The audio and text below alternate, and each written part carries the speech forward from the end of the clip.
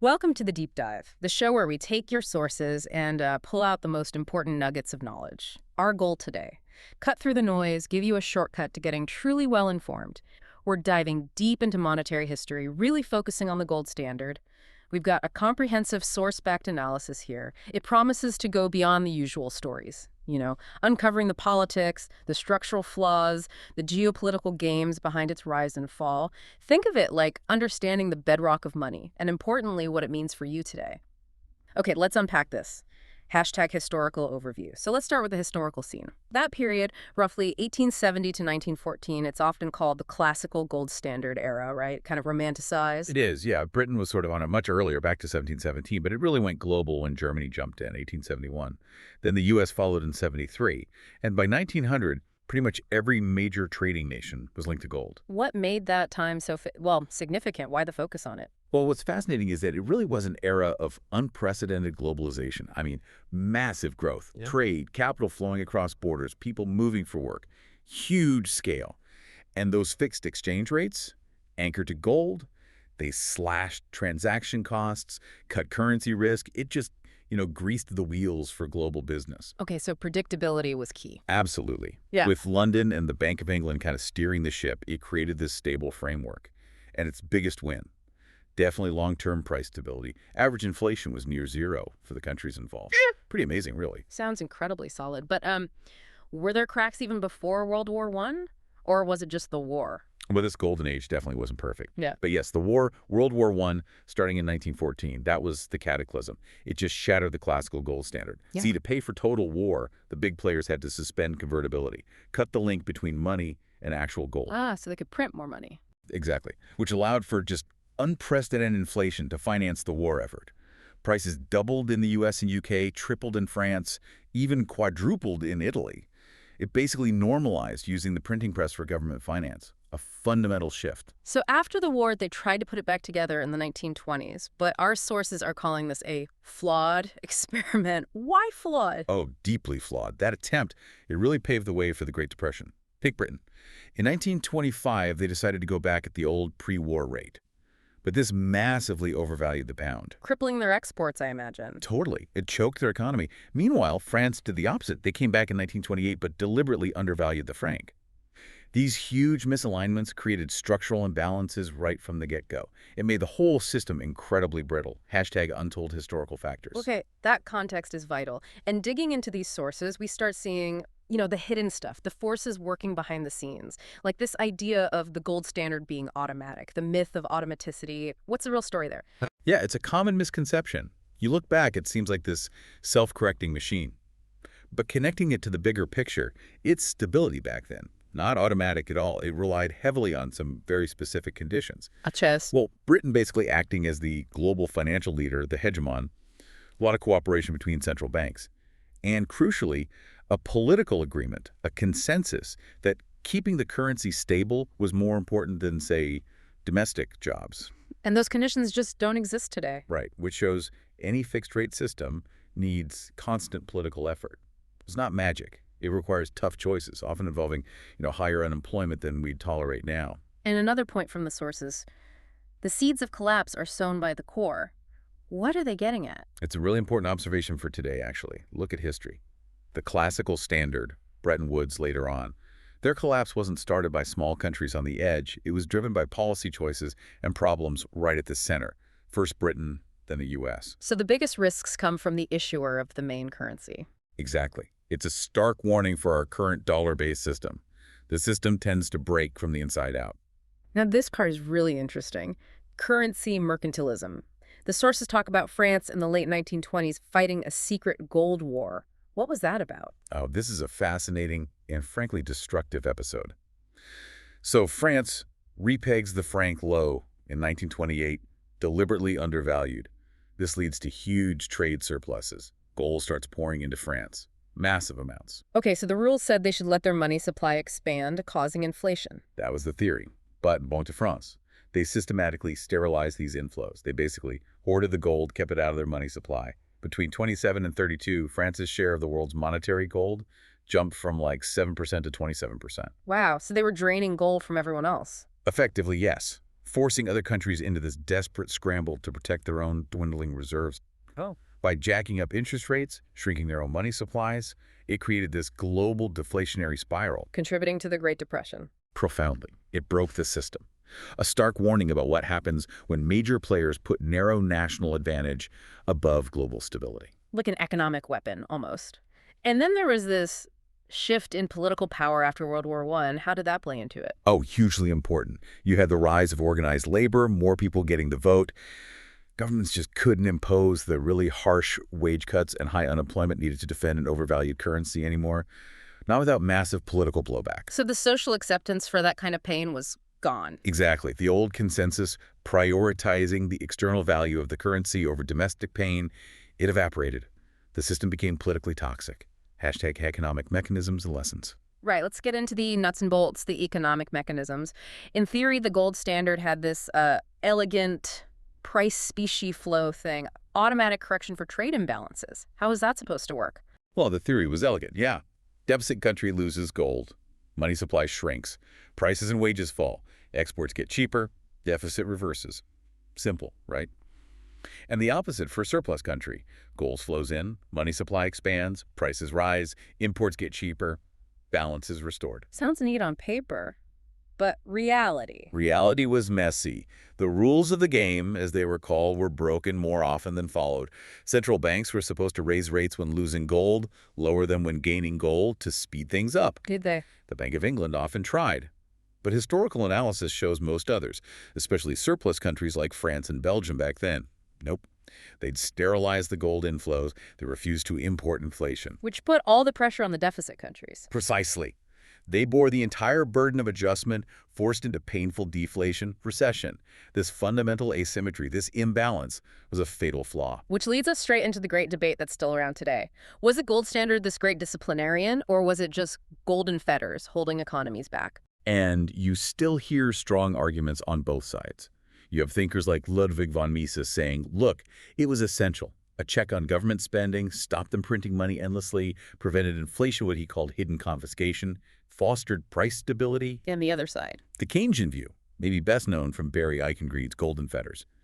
They argue its rigidity was a disaster. It took the 1929 U.S. crash and transmitted it globally, made the Depression much worse. Why? Because countries felt forced to defend the fixed exchange rate, even if it meant tanking their own economies.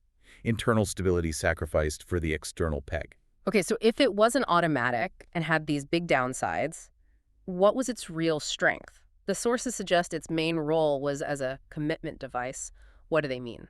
This is maybe the most profound lesson. Adhering to gold wasn't just about economics, it was a signal. To international lenders, it basically said, we're financially responsible, we prioritize sound money over short-term political fixes, like a seal of approval. Ah, so it helped countries borrow money more easily? Especially countries on the periphery, yes. It gave them access to capital, primarily from London, on better terms. It was a promise. And its collapse, that was ultimately political. Domestic pressures for jobs, for welfare, eventually just overrode the commitment to the external peg. Which has lessons for today's central bank targets and currency pegs. Absolutely. They also rely on political credibility, on the belief that the promises will be kept.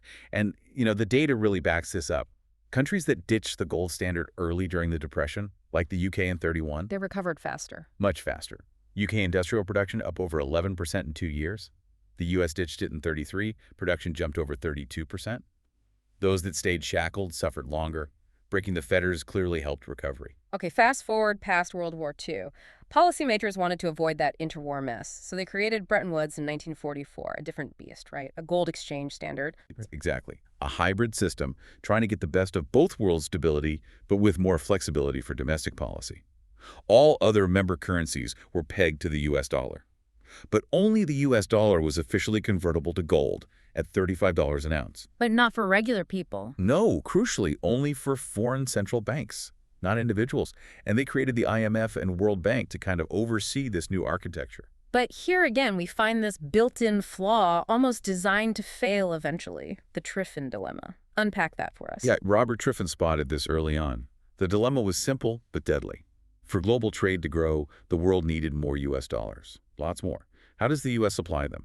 By running persistent balance of payments deficits, sending dollars out into the world. Okay, that makes sense. But the catch? The catch was confidence. To keep faith in the dollar being as good as gold at $35 an ounce, the total number of dollars out there couldn't massively outgrow the U.S. gold stock backing them up. So doing the first thing, supplying dollars, inevitably meant violating the second condition, maintaining gold backing. A run on U.S. gold was basically baked into the system, a mathematical certainty over time. And this setup gave the U.S., what was that French phrase? An exorbitant privilege. Ah, yes, Valéry Giscard d'Estaing coined that. And it was spot on. The U.S. could fund its spending, its imports, its foreign policy, just by printing dollars, which everyone else had to accept and hold to maintain their own currency pegs. While other countries had to be disciplined. Right, they had to worry about their reserves. The U.S. could run deficits without the immediate consequence of gold flowing out because foreign central banks were essentially forced buyers of those dollars. But as U.S. spending ramped up Vietnam War, Great Society programs in the late 60s U.S. inflation rose. And because of the peg, that inflation got exported worldwide. Causing friction, I bet. Major friction. Countries like Germany and France increasingly resented having to import America's inflation and monetary policy. It became a big geopolitical sore point. So they tried to patch it up with this London gold pool, 61 to 68, a secret agreement. Yeah, an attempt by 8 major central banks, led by the U.S. and U.K., to defend the $35 peg in the open market. The Bank of England acted as the agent, selling gold from this pooled reserve, half of which the U.S. guaranteed whenever the market price threatened to rise above $35. Did it work for a while? For a few years, yes, it kind of held the line. But it was fighting gravity, fighting against the flood of dollars pouring out of the U.S. Then the British pound devalued in late '67. That was seen as the dollar's front line breaking. Speculators piled into gold, betting the dollar was next. And France pulled out? France, under de Gaulle, had already withdrawn from the pool earlier in '67, a clear sign the political consensus was fracturing. By March '68, the pool faced an absolute avalanche of demand. They reportedly sold almost 1,000 tons of gold in just 1 week before they threw in the towel, collapsed. So they set up a two-tier market after that? Yes. Official transactions between central banks still at $35. But the private market was allowed to float freely. It just showed. Pegs without credible fundamentals. They're doomed. U.S. discipline wasn't there. Which brings us right to de Gaulle's gambit and the final act, the Nixon shock. De Gaulle was deeply critical of U.S. dominance. Starting mid-60s, he began a very deliberate policy. France started cashing in its dollar reserves for U.S. gold at the official $35 rate. And they insisted on taking physical delivery, repatriating the gold from the New York Fed, famously sent a naval ship to pick it up. A huge symbolic statement. Poking the bear. Absolutely. It exposed the fact that the U.S. didn't actually have enough gold to cover all the dollars held overseas. The aim was to force the U.S. to change course, either impose discipline or devalue the dollar. By the summer of '71, it wasn't just France. Others started demanding gold too. The U.S. faced a full-blown run. Enter Nixon. August 15, 1971. President Nixon goes on TV, unilaterally suspends the dollar's convertibility into gold, closes the gold window. The Nixon shock. That act just shattered Bretton Woods, ended the era of fixed exchange rates tied to gold, ushered in our modern world of floating fiat currencies. Essentially a default on the system's core promise. A de facto default, yes. A massive geopolitical and economic moment. Hashtag modern parallels and investor implications. So the collapse of Bretton Woods brings us to today. Our current era of fiat money, no physical anchor. What's the big takeaway from this shift? Well, the defining feature really has been taking off the brakes, removing that external constraint on creating money and credit. And that's allowed government debt levels to reach heights that were just unimaginable under a gold standard. And, if you connect this to the bigger picture, today's global monetary scene, it looks disturbingly similar to the stresses that tore apart late-stage Bretton Woods. Well, look, the U.S. running huge, persistent deficits, rapid creation of the reserve currency, growing unhappiness among other major powers about the system's unfairness, the asymmetry. And critically, you see nations taking strategic steps to diversify away from the dollar, echoes of the '60s. The sources have a chart showing global debt to GDP after 1971. Yeah, it's a powerful visual. After Nixon closed the gold window in '71, global public debt just takes off on the sustained upward trend, reaches levels never seen before in peacetime. It really highlights the challenge of an unanchored system. The path of least resistance for governments often becomes borrowing and printing. So given all this history, what about gold's role now? It went from being called a barbarous relic to something central banks are buying again. Right, its price behavior really tells the story. Gold tends to perform best not just when inflation is high, but during systemic crises. When confidence in the authorities, in the money itself, starts to wobble. Think about the 1970s stagflation after the Nixon shock. Gold went from $35 to $850 an ounce by 1980. An absolutely staggering move, over 2,300%. Wow. And more recently, 2008 global financial crisis. Gold initially sold off, like everything else, but then surged. From around $730 to over $1,825 by 2011, as central banks unleashed QE. And again in 2020, with the pandemic response, massive money printing, huge deficits, gold hit a new record above $2,000. It acts as a direct hedge against really radical central bank policies, monetary chaos insurance almost. and the sources call the geopolitics of gold today Bretton Woods in reverse. Explain that. It's a great way to put it. For the last decade or so, central banks, especially in the BRICS countries, China, Russia, India, others, they've been huge net buyers of gold. This isn't random. It's an explicit strategy. Diversify reserves away from the U.S. dollar. Why? Financial reasons or something else? Both. It's partly a financial hedge against the risk that the dollar loses value long-term, given U.S. debt levels, but maybe more importantly now, it's a geopolitical hedge. Yeah. Look at what happened with sanctions, the freezing of Russia's dollar reserves in 2022. That sent a shockwave. It showed the risk of holding your savings in assets controlled by a potential rival. So just like de Gaulle pulling gold out in the 60s to assert independence. Exactly. Today's central banks are buying physical gold to create a neutral reserve asset, something outside any single country's control or political whims. It's a direct historical parallel to the pressures that broke Bretton Woods. Hashtag T takeaways. Okay, this has been an incredible journey through monetary history. For our listeners, the modern investors trying to make sense of today, what are the absolute core takeaways from this deep dive? All right, let's boil it down. First, the myth of automaticity. Forget the idea the gold standard ran itself. It needed very specific conditions. UK leadership, bank cooperation, political buy-in that just aren't here now. Fixed systems need constant work. Great. Second, seeds of collapse are sown by the core. Both gold standards broke because of policies and problems at the center of the UK than the US. It's a huge lesson for today's dollar system. The biggest risks are internal to the reserve issuer. Got it. Number 3. Third, currency mercantilism is a systemic threat. When big players game the system for national advantage, like France hoarding gold in the 20s, it can destabilize everything. Think about trade wars and currency tensions today. Right. Keep going. Fourth, debt supercycles are a feature of fiat, not gold. Removing the gold anchor allowed government debt to explode globally. Gold standards, for all their faults, did limit sovereign borrowing, financed by printing money. Makes sense. Say more. Fifth, gold performs best during systemic crises. Its main job isn't just hedging inflation day to day. It shines when confidence breaks in monetary policy, in central banks, in the currency system itself. Think crisis insurance. And finally, Sixth, de-dollarization is a historical echo. What we see with BRICS nations buying gold now, it's history repeating. It mirrors the geopolitical pushback against an asymmetric system that eventually broke Bretton Woods. Nations want alternatives. Hashtag risk outlook.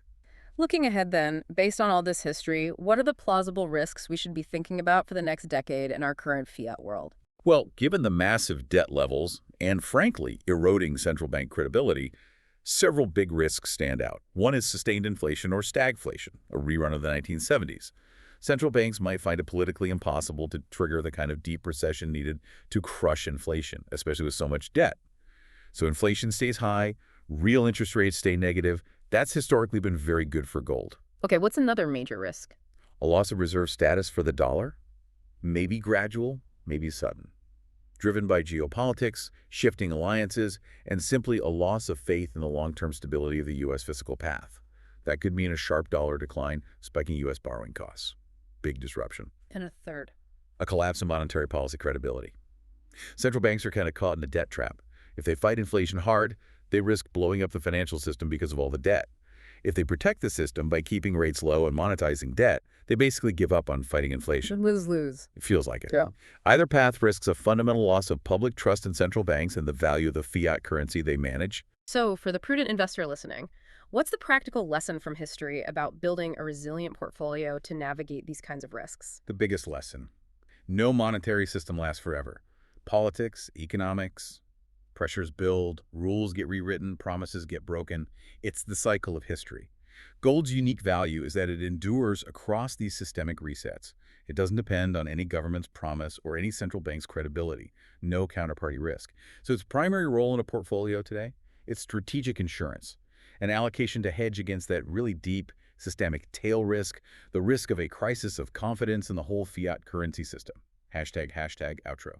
What a story. The 20th century is just littered with examples of monetary anchors being tested, strained, and ultimately thrown overboard when politics or economics demanded it. The discipline of gold was dropped for wars, its flawed comeback collapsed, the dollar-gold link severed for domestic reasons, and each time instability followed and gold dramatically repriced. And here we are today. A global fiat system, no anchor, and government debt levels that dwarf anything seen before in peacetime. The lessons from the past, they aren't just academic exercises, they're survival guides. When the anchor's gone, history suggests gold becomes the ultimate safe harbor.